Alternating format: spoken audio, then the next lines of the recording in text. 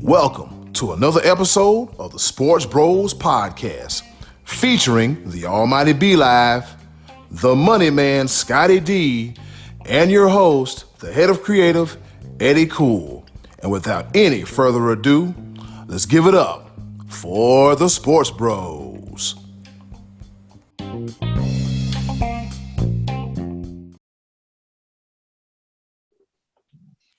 Hey, what's going on, world? This be your boy, Eddie Cool, a.k.a. the HOC, and you're tuned in to episode number 105, 105 of the Sports Bros Podcast. And guess what? We're going to wave to you once again. Shout out to our viewers that see us via YouTube on a weekly basis. Yes, we're pointing at you. B-Live Chuck and Deuces. Scottie D's pointing at you, brothers and sisters, and everybody worldwide. And we want to welcome you one more time to another episode of the Sports Bros Podcast. Enough of my incoherent rambling. It's time to introduce the greatest co-host in the world. Introducing first, the Almighty B-Live. What's happening? What's going on in the world today? 105 strong, man, oh man, all kinds of stuff we want to talk about. You know, just three bros talking about sports. Well, two bros and then that older guy, that other guy on the show. So, you know, got to respect that older. So, yeah. Eddie Cool, if you want to go ahead and introduce the other guy. Oh, boy. And the other guy, the pride, Washington, Pennsylvania, the Money Man, Scottie D. Thank you. Thank you for that wonderful intro. And ladies and gentlemen, welcome to my podcast, Scott Dunn and the Sports Bros. So glad that you could join us here today. And Sports Bros, let me be the first to wish you a happy allergy season. This is great.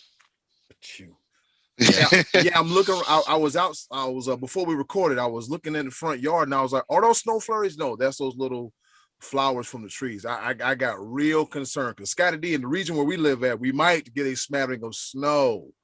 Yeah, Wednesday it's calling for snow here in the western Pennsylvania, Ohio area. I thought we were done with that. It's allergy time. Come on. And we had a chance. I had a chance to cut my grass this morning. It was so nice. Just smelling fresh cut grass. And I got my earbuds on and listen to Booker T by Bad Bunny. And then Wednesday we're gonna see some snow. Man, look. Be live, be blessed that you don't have to deal with this here bipolar weather. Please be blessed. Oh, well, it's bipolar here, but we just don't do snow. It's just one day it's 80, one day it's 50, next day it's 65. A slight chance of thunderstorms and hail. I don't know. It is what it is. But in my famous words, we digress. Yes, sir, Eddie Cool. Let's make it happen. Yep, that's right. We digress, and we had a lot going on in the world of sports this weekend. But first, we want to talk about some Major League Baseball as we lead off with the top of the order. That's right, Major League Baseball, with the season being a few weeks old, there's a lot going on and a lot we're asking ourselves, in the words of the Almighty B-Live, what happened?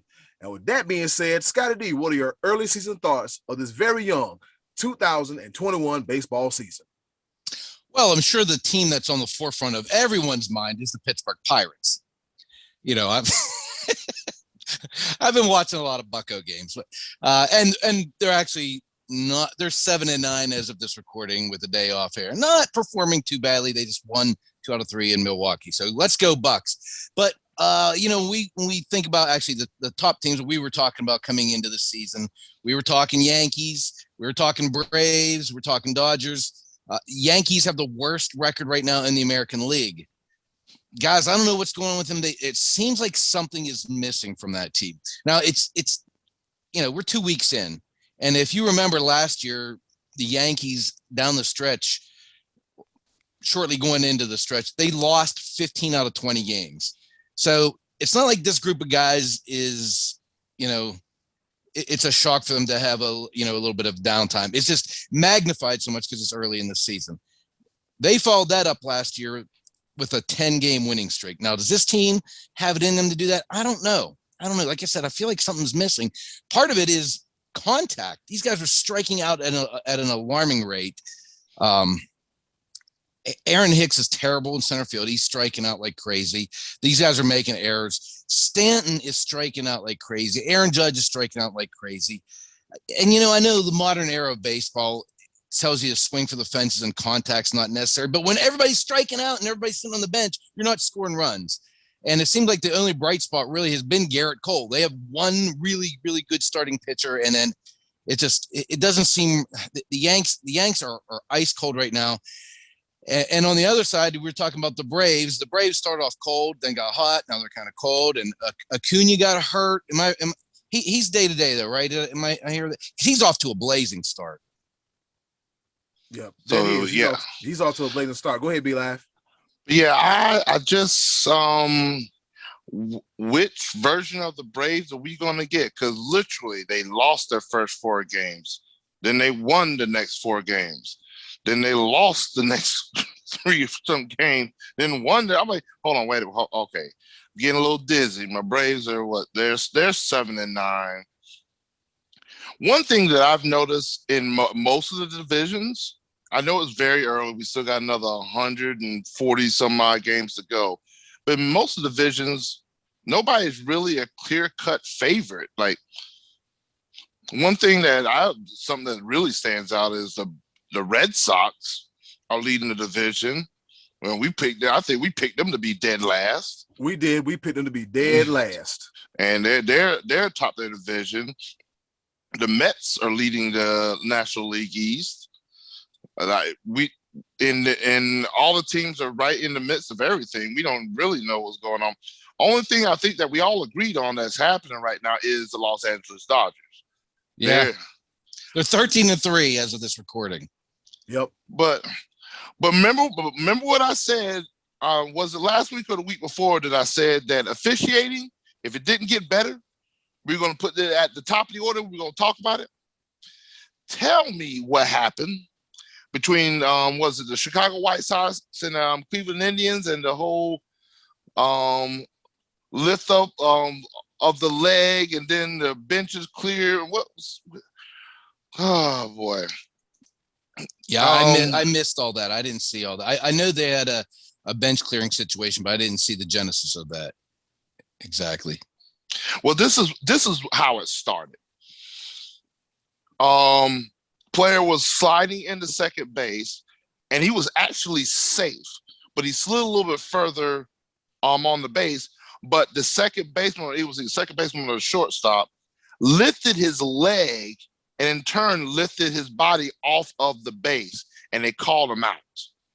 And it was clear as day that he was safe.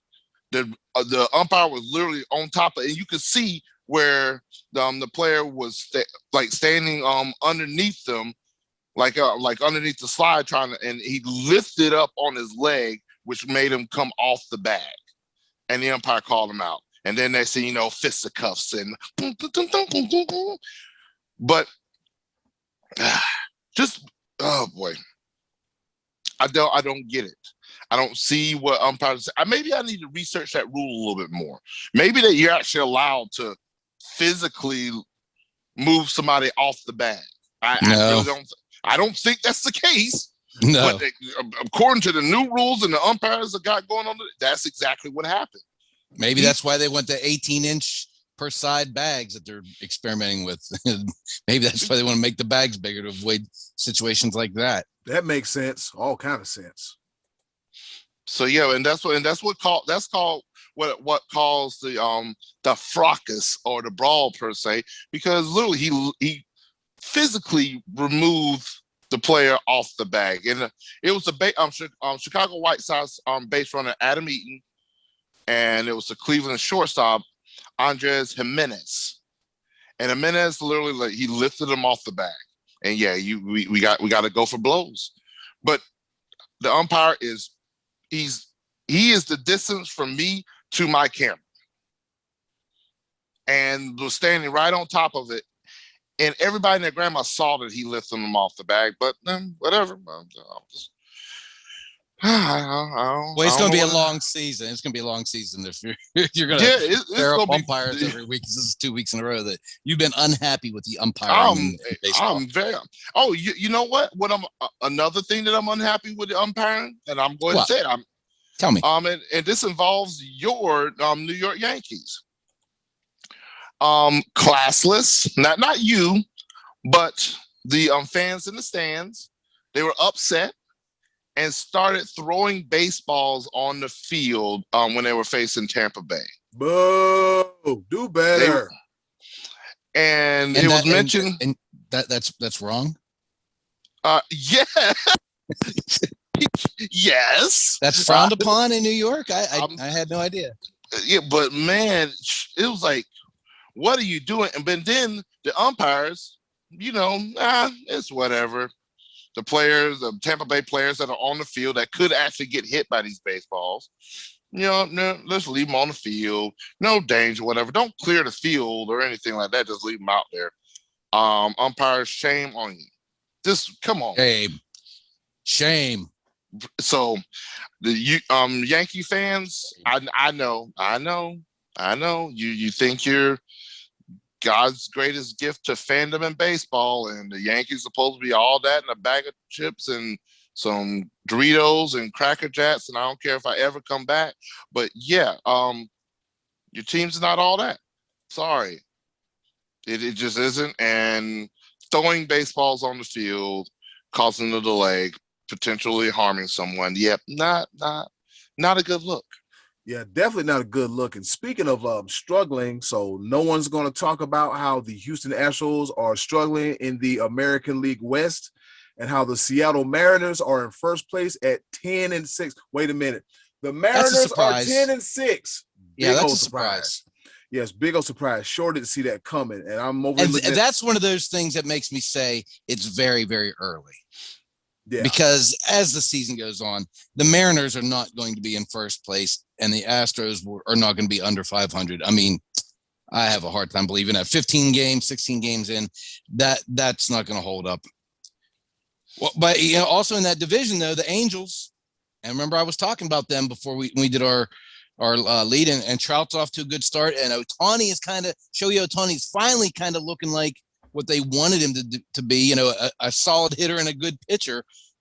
They weren't getting much of that from him the last couple of years. So Angels are 8-5. I mean, like I said, it's early. It's so early, guys. It's so early. But whenever you're a Yankee fan and you see 5-10, the worst record in the league, you can't help but think that the Yankee fans are going to hit the panic button that early. I'm gonna throw another caveat to you. In that same division, a certain team in that division in the AL West started out the year 1-7 and are now on an 8-game winning streak after getting the brakes beat off of them by Houston. The Oakland A's are now 9-7. Yeah, they're on an 8-game. What is? Let me go back to the my doing it on the road too. Doing it on the road. Yeah, which ain't easy. It's not easy at all. What's going on in the world today? Yeah. Oh my God, baseball. That you gotta love it. But yeah, I had to get that off my chest just for our listeners and our viewers. We weren't even going to talk about baseball. I was going to throw some pepper on it, but it was just too much. I said, man, Eddie Cool, please, can we talk about baseball? Please. Next week, I'm going to beg and plead for us to talk about soccer. and then we won't do that. And then we will not do that.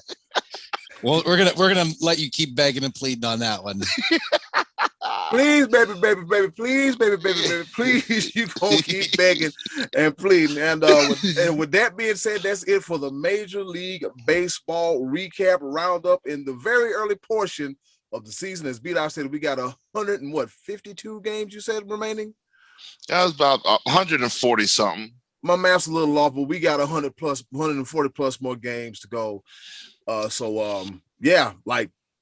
It's a little early, Scottie D. I think your Yankees don't need to hit the panic button. Something's got to happen, and be like the Braves. Something's got to happen, and Ronald Acuna needs to get back together. So it's early. We just need tranquilo. We all need to calm down just a little bit. Acuna is day to day. He is day to day. So, all right, we need him to come on back. And I think if I'm not mistaken, they're playing the Yankees next 2 days. They get, I think, Monday off, and then got the Yankees coming up for 2 games. Yep.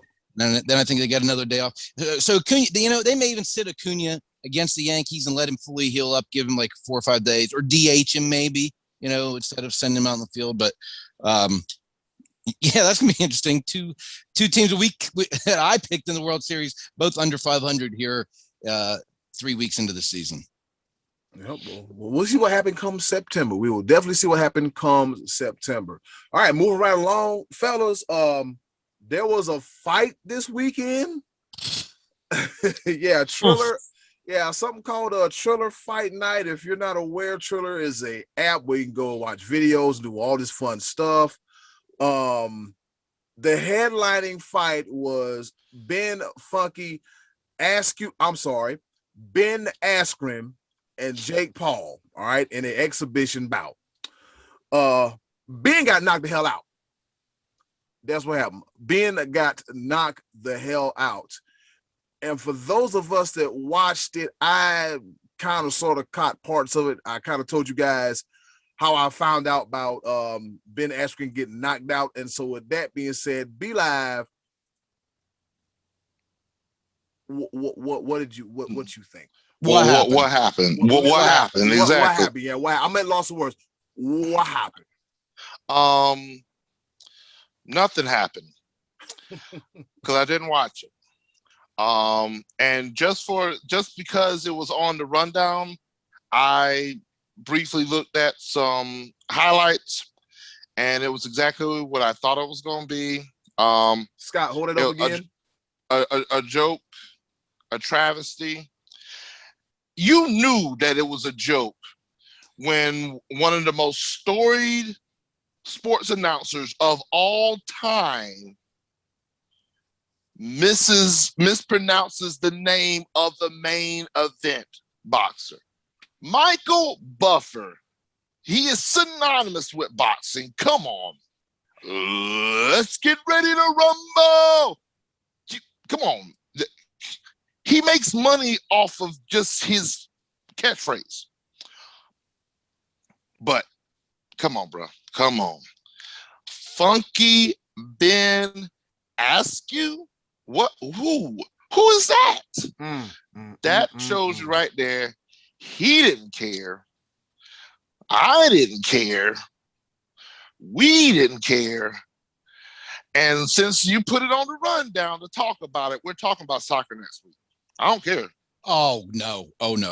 Why? Okay, Scottie D, I want you, at this point in time, I want you to make this topic something worthwhile to talk about. This is okay. You right here. Okay. All right. So if you are wanting to be boo. Go ahead, Scott. There's still more action than any soccer game, I can promise you that. And there was not a lot of action. Let me tell you, if you are interested in just an entertainment spectacle, that's kind of what this was. And we're not against that because we watch wrestling. We're fans of the spectacle of pro wrestling and the predetermined outcome and blah, blah, blah, and all the hoopla. But this goes back to in December when Mike Tyson fought Roy Jones Jr. in that exhibition fight. And this Paul guy fights Nate Robinson and knocks him clean out with a hard punch in the first round.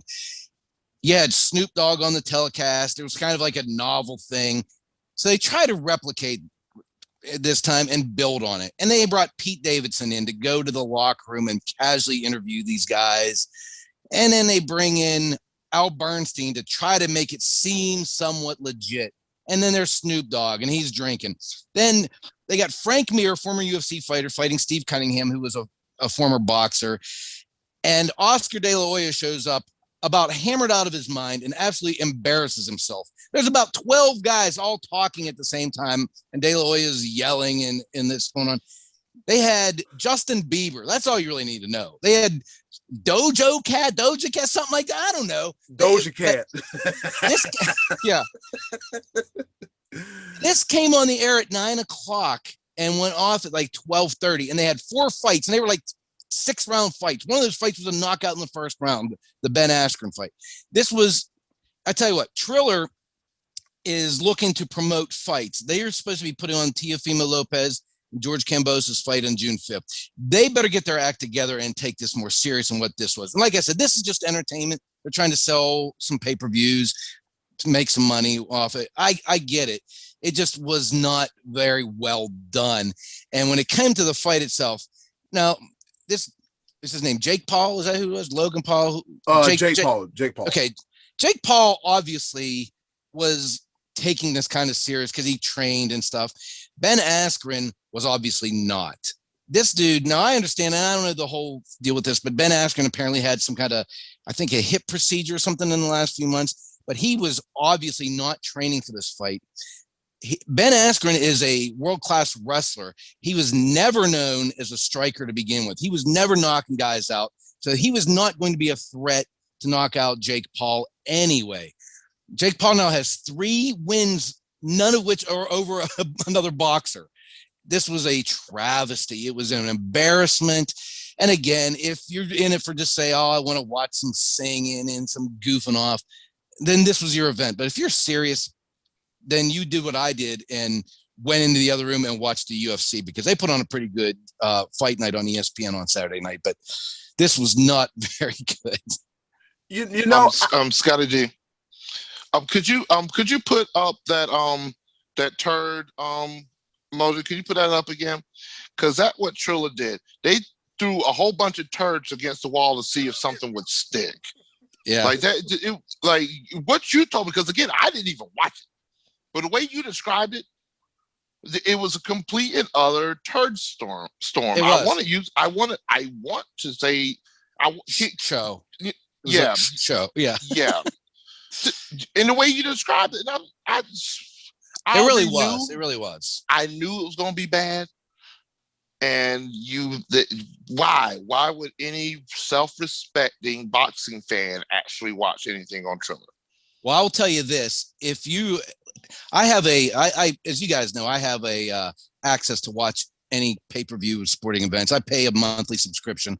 If I would have paid to watch this, like paid for this event, I would have been hating myself on Sunday morning. I don't know what their buy rate came in as. I can't imagine that it would have been very good. But you know, when you got the guy in the main event, Ben Askren, not even taking the event seriously himself, he didn't train for this. Even during the event, like it was the round only went like a minute and a half. Snoop Dogg was making fun of him because he was like in the 40s boxing style. He looked like one of these vaudevillian style boxers with the big mustache. Yeah, I mean, he had no technique. He had not trained. He was out of shape. It was just terrible. And then when it was over, it really was. And when it was over, Jake Paul broke down in tears. I know he had lost a bodyguard the week prior and was emotional, but he was acting like he just knocked out Floyd Mayweather. And this is Ben Askren. Askren even tried to fight. He got back up to his feet and he was wobbling around like me on a Friday night in 2010. I mean, that's what he looked like. He was just kind of staggering around, and the referee rightfully didn't let it continue. It was just awful, and I hope we don't see any more of that. I will watch Teofimo Lopez fight in June, and I hope that Triller, if they're the ones that are going to put this event on, that they are a little bit more professional and tighter in their coverage than what we had the other night. But like I said, it was an event. It was an entertainment event. If Triller is smart, Scottie D, they will go get our guy Edgar Berlanga. They would go get him. Yeah, let's go see Edgar Berlanga versus Jake Paul. All right, the fight gonna last about like what, 50 seconds? Big boom. But I'm not gonna lie, man. That Jake Paul got a nice little right, man. I mean, the way he Askren missed the first one, and then he stood there, open face sandwich, and boom, he caught another, and down goes Askew. Yeah. But he's not fighting fighters. He's not fighting boxers. That's the whole thing. He fought a basketball player who was short, the shortest basketball player you get your hands on. He fought a UFC fighter who can't punch. And I don't even know who the first person is. I don't know who the first guy was he fought, but I know he hasn't fought a boxer. I'm just gonna throw a couple of stats at you real quick. That fight drew over 1.4 million pay-per-view buys. Hmm. So it's 1.45 million idiots in the world. And at $50 a pop. Yeah. But and I think Askren took home $500,000 for it. I think he got paid $500,000 for it. He got paid $6,410.26 a second. Oh man. Maybe I should fight Jake Paul, huh? I'm just saying, you know what? I promise you, I will do better in the ring than Ben Askren and Askren. Screw you. What? Screw you, Cashew. You would have thought I'm gonna say this, and we're gonna move on. We have to move on. But the way that Ben Askren went out his last MMA bout, his last UFC bout, you would have thought that he might will take this somewhat seriously to maybe regain some type of semblance to his name.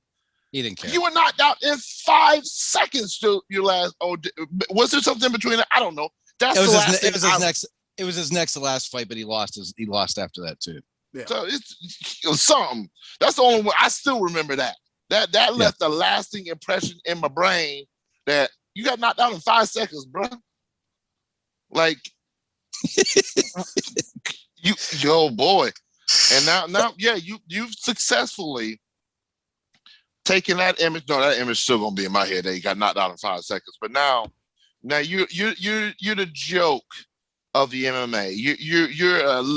You are a literal punchline. It's bad. This was bad. All right, everything about it. And here's the thing, Jake Paul, he only gained notoriety from idiots that don't really even know boxing. Come on, man. Come on. This YouTube sensation. You know what? That's where we're at now, man. Where you have influencers getting in the ring and participating in exhibitions. I mean, let's just hope that that the well doesn't run dry if they keep on going back and forth to this. I understand getting eyes on the product, but it gets to a point where it's like, who's Jake Paul going to fight next? Like, is it going to be like Jake Paul and the rapper of the game, or Jake Paul and somebody, or it's just pretty soon. All these UFC fighters, they all want a piece of him now. Yeah, they all want. They all think they can beat him, and they're going to get a chunk of change for it. Oh, I want. Hey, if I was them, easy payday to knock this kid out. Yeah, I want pieces and parts of him too, as well too. Give me somebody real though. Well, he says he can knock out Mayweather. He says he can beat Mayweather, but saw what happened the last time someone that wasn't a pro boxer tried to beat Mayweather. Well, it didn't work out. Well, for Jake Paul, 420 is today, the day that this show drops, right? You said this before 420, right? Yeah. All right, moving right along. We're done talking about the mess that was that Triller Fight. Scottie D, we got another edition called Call B.S. Money Man, what you got for us? Can you stop the Almighty One and the head of creative? All right, so we did this a couple times. Last week we did this where I gave you guys 4 different points, and you chose the one that was BS. We are now about a week and a half away from the NFL draft, so we're going to give you a couple 10 days out, 9 days out from the draft. I'm going to give you a couple quick points here regarding the NFL draft, and you tell me which one of these is BS. So same as I did last time, I will read all 4 and then go back and recap them and then let you guess which one is BS. Number 1, in 2004, Kellen Winslow Jr. was drafted in the first round. Along with his dad, the Winslows are the only father-son combination to each be drafted in the first round of the NFL draft. Kellen Winslow Jr. and his dad, both first-round draft picks. Number 2, in 2020, Joe Burrow was the overall number 1 pick in the draft.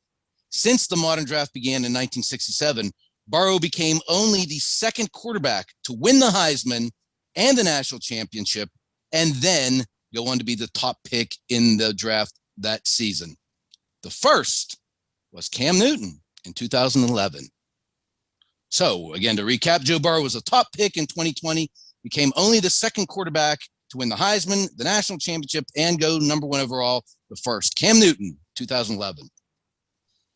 Number 3, the Tampa Bay Buccaneers won the Super Bowl earlier this year, and that marked the first time ever that Mr. Irrelevant from the draft, the final pick in the draft, played in and won a Super Bowl when Ryan Suckup earned his ring with the Buccaneers.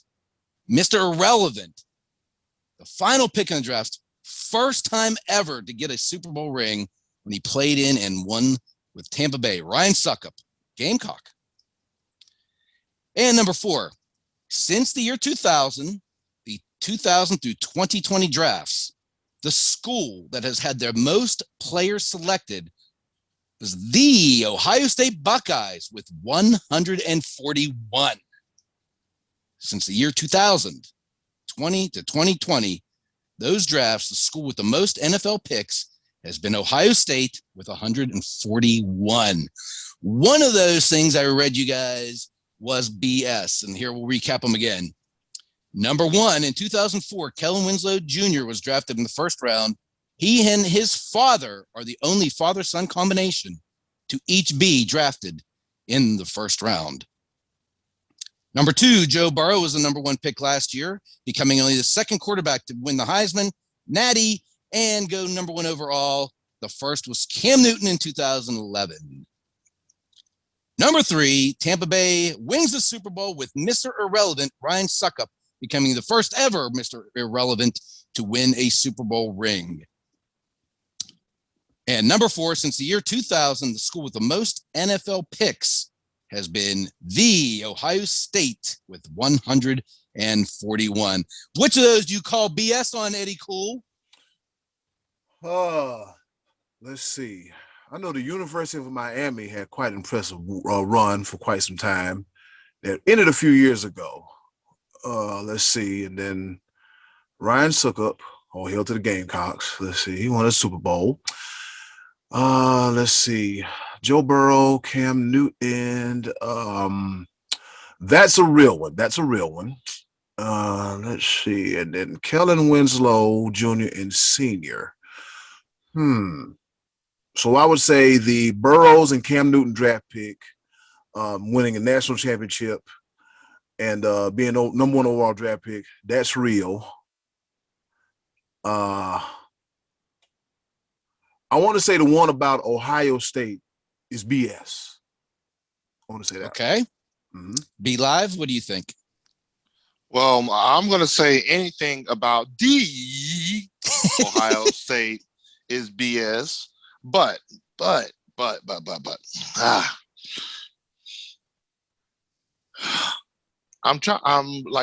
trying to remember if both Winslows were drafted in the first round.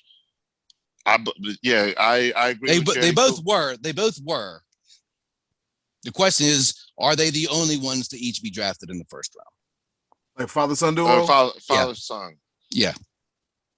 All right. Because I mean, that's a fact. They both were okay. drafted in the first round. So I wasn't giving you a lie by saying that they both okay. were. What about, because see, Archie Manning didn't have that great of an NFL career, right? He was so on a terrible team. Yeah, he didn't get drafted first round. I don't think so. So no, that was so.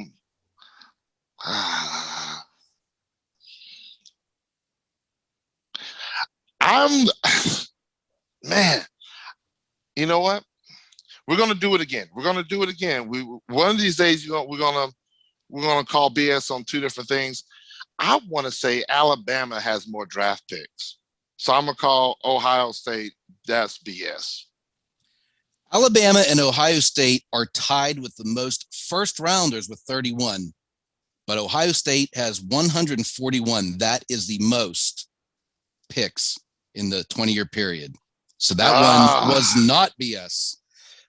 Eddie, you were right about Joe Burrow and Cam. That one was absolutely true.